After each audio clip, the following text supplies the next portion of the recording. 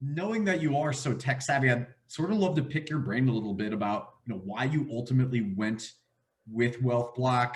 Why didn't you build your own platform? Maybe some of the other people that you were comparing us to. It's a very robust question, so take it in pieces if you'd like. Sure. Yeah, no, and it's a great question. And we initially had a different technology that we launched with in the US, which is also the platform we currently use in Canada.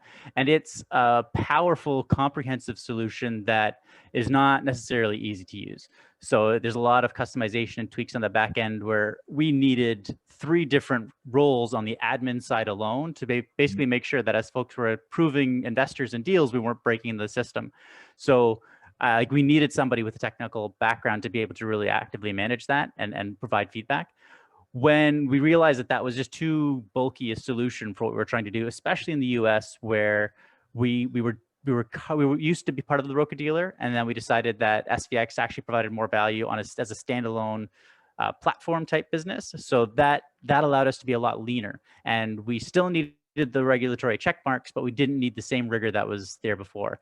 So looking at the solutions that existed, WealthBlock provided the right blend of easy to customize forms and processes with a user interface that was also very simple. So that was really what we were looking for. And going back and forth with you and Deji on the feature set, and I remember being shocked because every time I said, "Oh, what about this? Can you try this?" Like an hour later, there'd be an email saying, "Oh, yep, that's now live." And it was like I was used to 3 weeks of humming and hawing, and oh, we can't do that, and oh, we'll have to see. And it was just so fast that we were getting those features launched. And then by the time we actually went to market with the offering, I sort of stopped proactively trying to fix little things, and I found that often when I went back to the admin panel, they were already fixed, and I didn't even have to mention them. So overall, I think it was the adaptiveness of the team and the solution that was really making the user experience, not only my user experience, but also the investors and the issuers, much easier to understand. And even just seeing again without me having to provide that feedback of like you need to do this, this, and this, it was all happening organically because of the other partners and other organizations you'd brought in. So you were getting the right feedback, you were getting the right set of clients.